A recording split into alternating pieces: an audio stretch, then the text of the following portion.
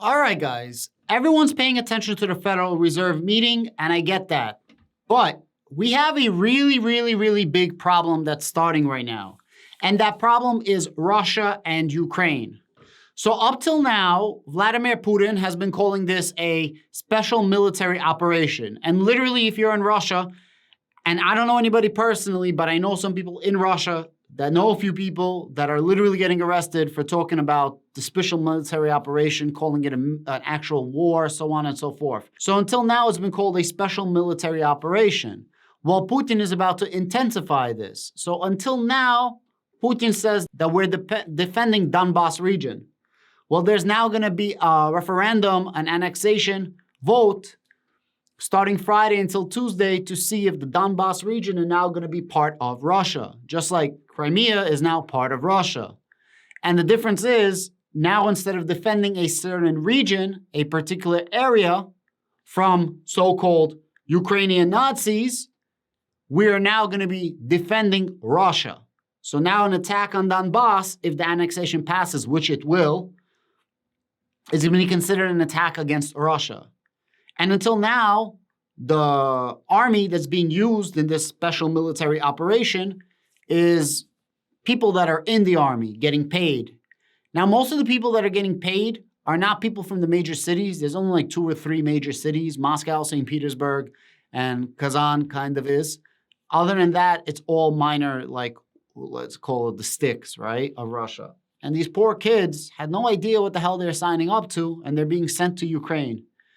Malnutritioned, malprepared, terrible technology, no support, so on and so forth. And they're getting their ass whooped. Obviously, Ukraine has the support of the United States. Ukraine has the support of NATO.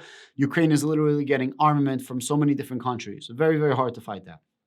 Now, Russia is going to call in 300,000 reservists. What is this? A partial mobilization. There's no such thing as a partial mobilization. What the F is that? I'm telling you there's no such thing. It's a lot of people are talking about, the situation in Russia, and a lot of people have no idea what's going on in Russia, right? It's funny.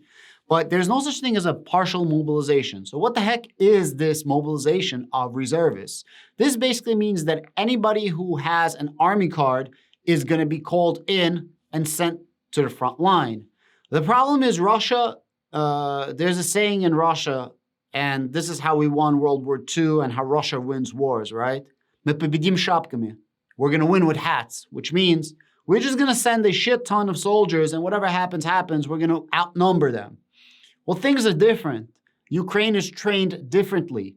Ukraine has tons of different data, tons of different surveillance, and Ukraine knows exactly where to attack. The problem is now, if this area is going to be part of Russia, what does Russia do next? And can this escalate into a nuclear war? Well, Ukraine doesn't have nuclear weapons. The people supporting them do. The countries supporting them. Can Russia send a nuclear bomb somewhere in the middle of Ukraine? Possibly. Or is Ukraine going to say, okay, keep Crimea, keep Donbas, we're good. If that's going to happen, I believe Russia's going to say, hey, we accomplished what we wanted to do, and this war is done. If that happens, markets are going to rally. If this thing escalates more, I feel like markets are actually going to go down. I feel like Russia is becoming a little more desperate. I feel like Russia sees that they're getting their ass whooped and they need to do something about it. Now, make no mistake about it. These reservists that are going to come, these are not highly trained reservists. This is not Spetsnaz. These are not like Navy SEAL type reservists. This is literally people that served in the army. They have no combat experience, most of them, like 99%. And it's just more people that they're going to send to the front line. What happens next? Who the hell knows? This can be escalated or this can be not escalated. Now, if Ukraine backs down and says, okay, take the Donbas region and you have Crimea, well, then what's to stop Russia in 10 years once they build up more armies and maybe they learn from their mistakes that, hey, Ukraine is, becoming a modern army. Despite what you guys think or how it's being done, obviously they're supported by the US, obviously they're supported by NATO, and they're getting, modern tactical training.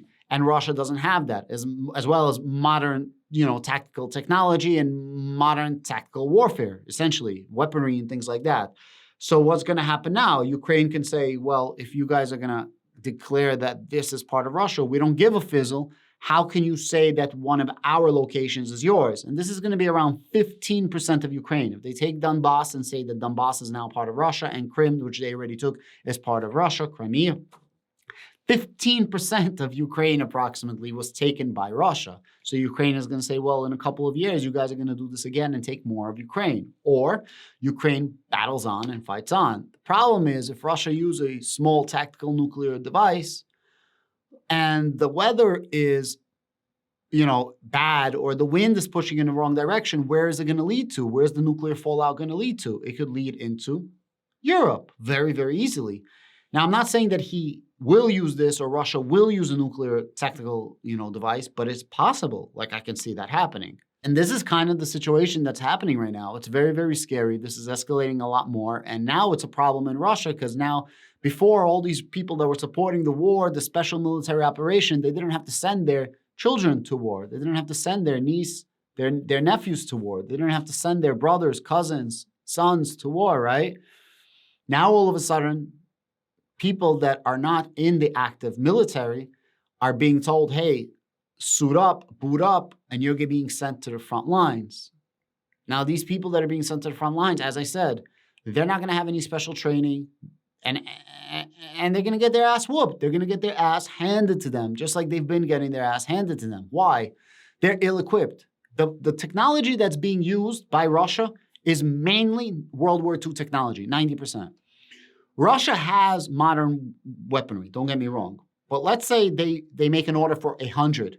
90% of it will be not working or subpar, and 10% is going to be working. So it's all for show, essentially. It's not on mass scale. And that's why they're getting whooped. It's a fact, It's a fact what's happening right now. And if you're keeping track of what's being said and how everyone's talking, you could see it. So now, who the heck knows what's going to happen? Who the heck knows what the escalation is going to be?